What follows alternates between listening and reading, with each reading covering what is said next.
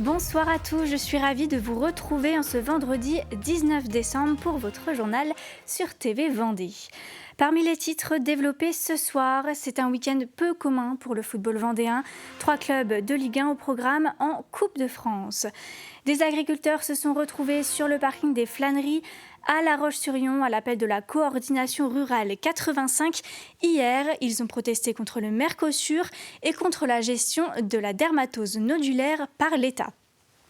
Et puis le conseil régional s'est réuni ce jeudi à Nantes pour voter un budget engagé vers la jeunesse, les entreprises et les transports.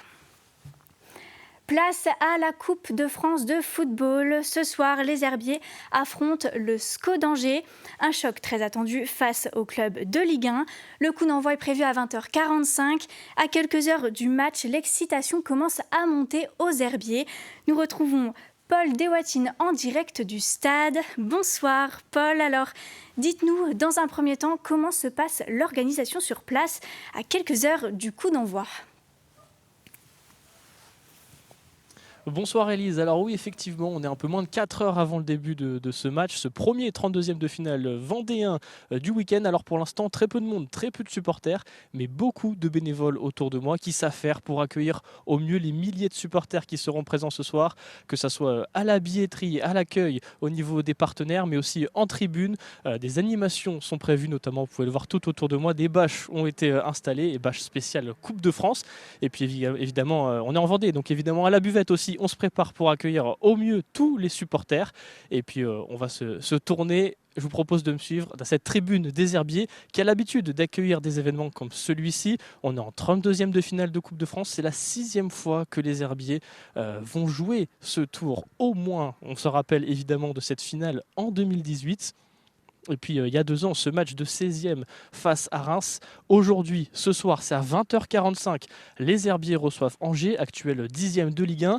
4 divisions d'écart entre les deux équipes. Les Herbiers qui sont 4e en National 2. Et puis tout le monde s'affaire. Les premiers supporters devraient arriver aux alentours de 20h. Et puis sportivement, les joueurs sont déjà mentalement en train de se préparer. Ils se sont entraînés hier. Ils ont fait une reconnaissance terrain. Et puis ils se préparent au mieux pour ce match historique. Et puis on le rappelle, on a 2 autres matchs qui vont suivre. On a demain Fontenay-PSG, ça sera à Nantes, 32e de finale également. Et puis dimanche, Stade Rennais, les Sables Vendée Football, ça sera cette fois-ci à Rennes. 3 matchs à suivre donc ce week-end sur cette Coupe de France pour nos clubs vendéens. Première fois qu'on a 3 équipes vendéennes en 32e de finale. On avait déjà eu... pas la première fois qu'on a 3 équipes vendéennes, c'est la 3e fois, mais c'est la première fois qu'elles affronteront chacune un club de Ligue 1. Week-end donc historique à suivre pour nos équipes vendéennes et ça commence dès ce soir au stade Massabielle, ici aux Herbiers, à 20h45. Merci beaucoup Paul, on vous retrouve tout à l'heure pour suivre ce match événement. Et le dernier des 3 clubs vendéens à jouer ce week-end, les Sables Vendée Football se déplaceront finalement à Rennes ce dimanche. Le match est prévu à 17h30 au Roison Park. Une rencontre qu'attendent avec impatience les établissements sablais qui diffuseront le match sur leurs écrans avec l'espérance de vivre une très belle soirée. On en parle depuis 2-3 semaines avec l'équipe en interne, le responsable bar et notre chargé de communication.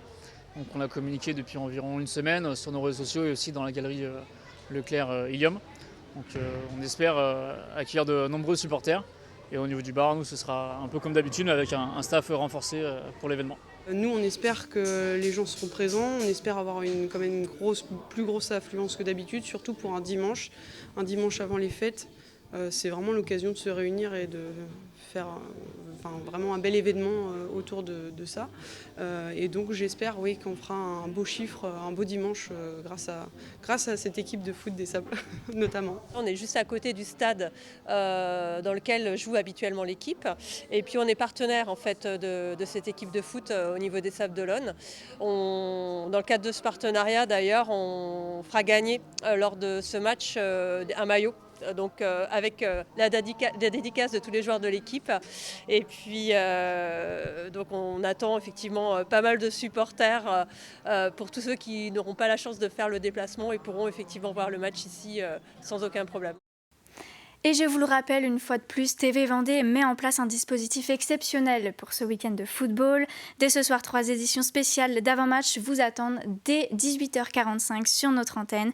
Puis samedi et dimanche, les équipes de TV Vendée vous feront également vivre l'avant-match de Fontenay PSG, des Sables Rennes, en direct de la Beaujoire, du Roison Park et bien évidemment aux côtés des supporters fontenaisiens et sablais restés en Vendée.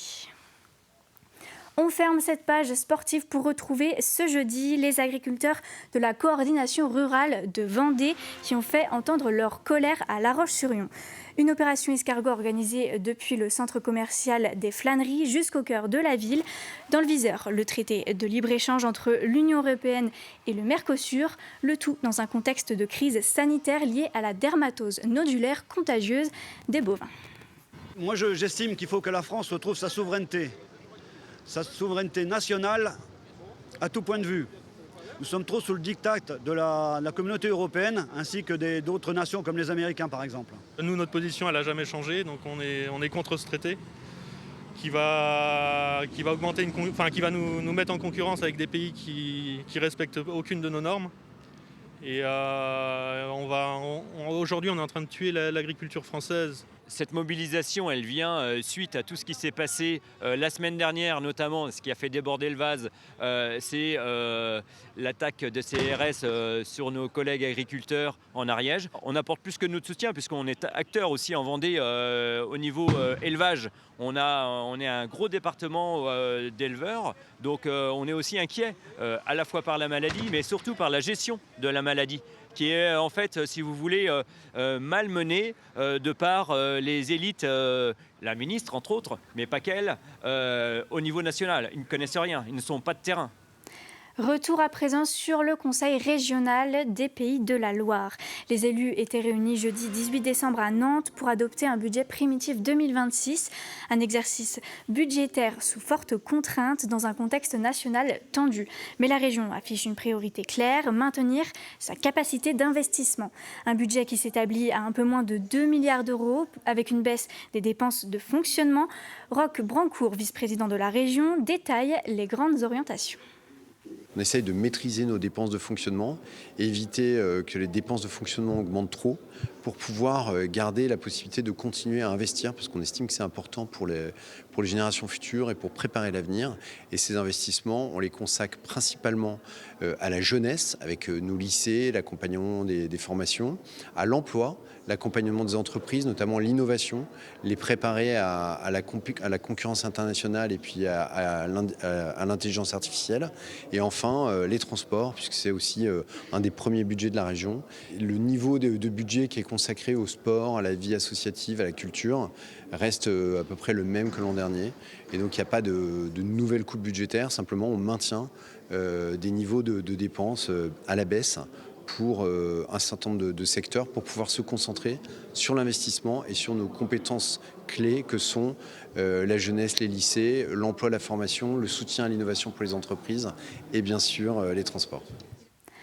En parallèle, un dossier sensible s'est invité dans les débats. La région a confirmé la fin en 2026 de la subvention pour le transport en hélicoptère des habitants de l'île-Dieu. Une aide de 250 000 € très contestée sur l'île. Le sujet a provoqué de vifs échanges en séance.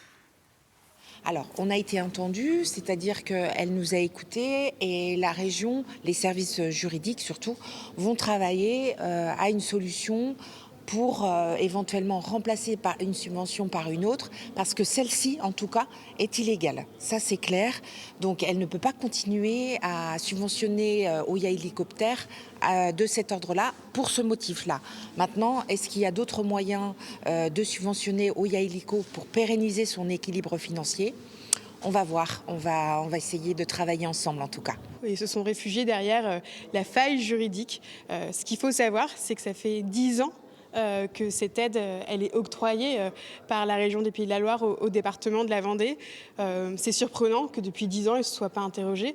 Et ce qui est surprenant, c'est qu'ils n'aient pas été chercher une nouvelle solution, comme peuvent le faire notamment la Bretagne, avec l'île de Ouessant, où ils sont passés dans une délégation de service public et ils ont assumé finalement d'avoir un service public avec un transport par hélicoptère pour les habitants de l'île.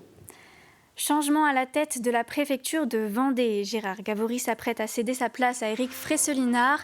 Après plusieurs années au service du territoire, le préfet quitte ses fonctions pour partir à la retraite. À l'heure de son départ, Gérard Gavory adresse un dernier message aux Vendéens. Leur dire qu'ils ont la chance d'habiter dans ce beau département de la Vendée. C'est un département dynamique, solidaire. Et ce que je leur dis, veillez à préserver cet esprit vendéen dans le monde un peu compliqué dans lequel on vit. Donc, je pense qu'il y a des atouts et il faut vraiment veiller à les préserver. Je vais essayer d'aller au moins voir la seconde mi-temps et j'espère voir gagner au tir au but les Herbiers, puisque les Herbiers, c'est une équipe qui a déjà fait un excellent parcours, qui est un habitué de la Coupe de France. Et puis j'irai aussi demain à la Beaujoire assister au match Fontenay-PSG. Donc ça va être une très belle affiche. Donc ça va être ça mes derniers moments. Et puis comme je serai encore là le 31, je vais faire la tournée, on va dire, des services qui veillent sur la sécurité des Vendéennes et des Vendéens. Donc aller voir les policiers, les gendarmes, les pompiers et puis le SAMU. Donc c'est une tournée habituelle que chaque préfet fait dans chacun de ses départements. Et avec les 3 matchs de ce week-end, quel temps est attendu aux Herbiers? Ce soir, comptez sur un ciel plutôt dégagé avec des températures autour de 7 degrés. Et à Nantes et à Rennes, le ciel sera couvert avec quelques averses annoncées. C'est la fin de ce journal. Merci à tous de l'avoir suivi. Retrouvez ce soir Paul Deswatines en direct des Herbiers pour vous faire vivre l'avant-match à partir de 18h45. Et en attendant, moi je vous souhaite un très bon week-end.